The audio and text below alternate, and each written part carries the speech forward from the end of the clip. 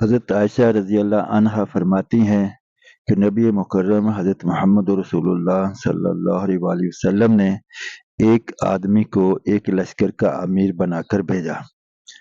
وہ جب بھی اپنے ساتھیوں کو نماز پڑھاتا تو قل هو اللہ احد ضرور پڑھتا۔ جب وہ لوگ واپس آئے تو انہوں نے نبی مکرم صلی اللہ علیہ وآلہ وسلم سے اس کا تذکرہ کیا۔ نبی مکرم صلی اللہ علیہ وآلہ وسلم نے فرمایا، اس سے پوچھو وہ ایسا کیوں کرتا ہے۔ ان لوگوں نے اس سے پوچھا تو اس نے بتایا، کیونکہ اس صورت میں رحمان کی صفات کا تذکرہ ہے، اس لیے اس کا پڑھنا مجھے بہت پسند ہے۔ خاتم الانبیاء صلی اللہ علیہ وسلم نے فرمایا، اسے بتا دو کہ حق تعالی جل شانہ اس سے محبت کرتے ہیں۔ حضرت عبداللہ بن مسعود رضی اللہ عنہما فرماتے ہیں کہ ایک یہودی عالم نے حضور مکرم صلی اللہ علیہ وسلم کی خدمت میں حاضر ہو کر عرض کیا، یا محمد، یا کہا یا رسول اللہ صلی اللہ علیہ وسلم، اللہ تعالیٰ نے آسمانوں کو ایک انگلی پر، زمینوں کو دوسری انگلی پر رکھا، پہاڑوں، درختوں، پانی اور گیلی مٹی کو تیسری انگلی پر اور باقی ساری مخلوقات کو چوتھی انگلی پر رکھا، اور حق تعالیٰ جل شانہ نے ان تمام چیزوں کو ہلا کر فرماتے ہیں کہ میں ہی بادشاہ ہوں۔ حضور اکرم صلی اللہ علیہ وآلہ وسلم اس یہودی عالم کی اس بات کی تصدیق کرتے ہوئے اتنا ہنسے کہ آپ کے دندان مبارک ظاہر ہو گئے۔ پھر آپ صلی اللہ علیہ وسلم نے یہ آیت آخر تک پڑھی، یہ سورہ زمر میں ہے، آیت نمبر 67، جس کا ترجمہ ہے، اور افسوس ہے ان لوگوں نے حق تعالیٰ جل شانہ کی کچھ عظمت نہ کی جیسی عظمت کرنا چاہیے تھی، حالانکہ اس کی وہ شان ہے کہ ساری زمین اس کی مٹھی میں ہوگی قیامت کے دن، اور تمام آسمان لپٹے ہوئے ہوں گے اس کے دانے ہاتھ میں۔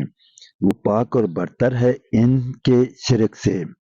حضرت انس رضی اللہ عنہ بن مالک فرماتے ہیں کہ نبی مکرم صلی اللہ علیہ وسلم سے کسی نے پوچھا کہ قیامت کے دن کافر کو کیسے منہ کے بل اٹھایا جائے گا۔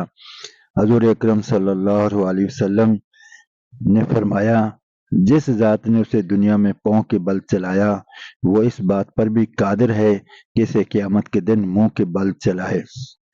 حضرت حذیفہ بن اسید رحمۃ اللہ علیہ کہتے ہیں، ایک مرتبہ حضرت ابو ذر رضی اللہ عنہ نے کھڑے ہو کر اپنی قوم سے کہا، اے بنو غفار، تم بات کیا کرو اور قسم نہ کھایا کرو، کیونکہ صادق المصدوق یعنی جو خود بھی سچ بولتے ہیں اور ان سے فرشتہ بھی سچ بات آ کر کہتا ہے، یعنی خاتم الانبیاء حضرت محمد رسول اللہ صلی اللہ علیہ وسلم نے مجھے یہ بتایا ہے کہ قیامت کے دن لوگوں کو 3 جماعتوں میں اٹھایا جائے گا۔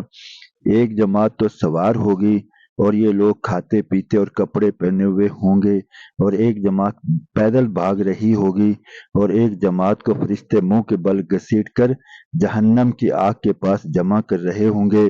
ان میں سے ایک آدمی نے پوچھا، 2 جماعتوں کو تو ہم نے پہچان لیا ہے، لیکن جو لوگ پیدل بھاگ رہے ہوں گے ان کا یہ حال کیوں ہوگا؟ حضرت ابو ذر رضی اللہ عنہ نے کہا، حق تعالیٰ جل شانہ سواری پر آفت ڈال دیں گے اور ایک سواری بھی باقی نہ رہے گی، یہاں تک کہ ایک آدمی کے پاس ایک پسندیدہ باغ ہوگا، وہ باغ دیکھ کر پلان والی بوڑھی اونٹنی لینا چاہے گا لیکن وہ بھی اسے نہ ملے گی۔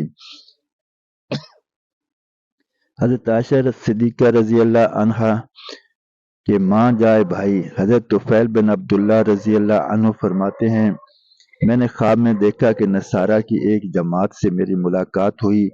میں نے ان سے کہا کہ اگر تم لوگ یہ دعویٰ نہ کرو کہ حضرت مسیح علیہ السلام اللہ کے بیٹے ہیں تو تم لوگ بہت اچھے ہو۔ انہوں نے کہا، اگر تم لوگ یہ نہ کہو کہ جیسے اللہ نے چاہا اور جیسے محمد صلی اللہ علیہ وسلم نے چاہا تو تم لوگ بھی بہت اچھے ہو جاؤ۔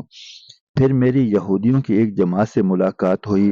میں نے ان سے کہا کہ اگر تم لوگ یہ دعویٰ نہ کرو کہ حضرت عزیر علیہ السلام اللہ کے بیٹے ہیں تو تم لوگ بہت اچھے ہوگے۔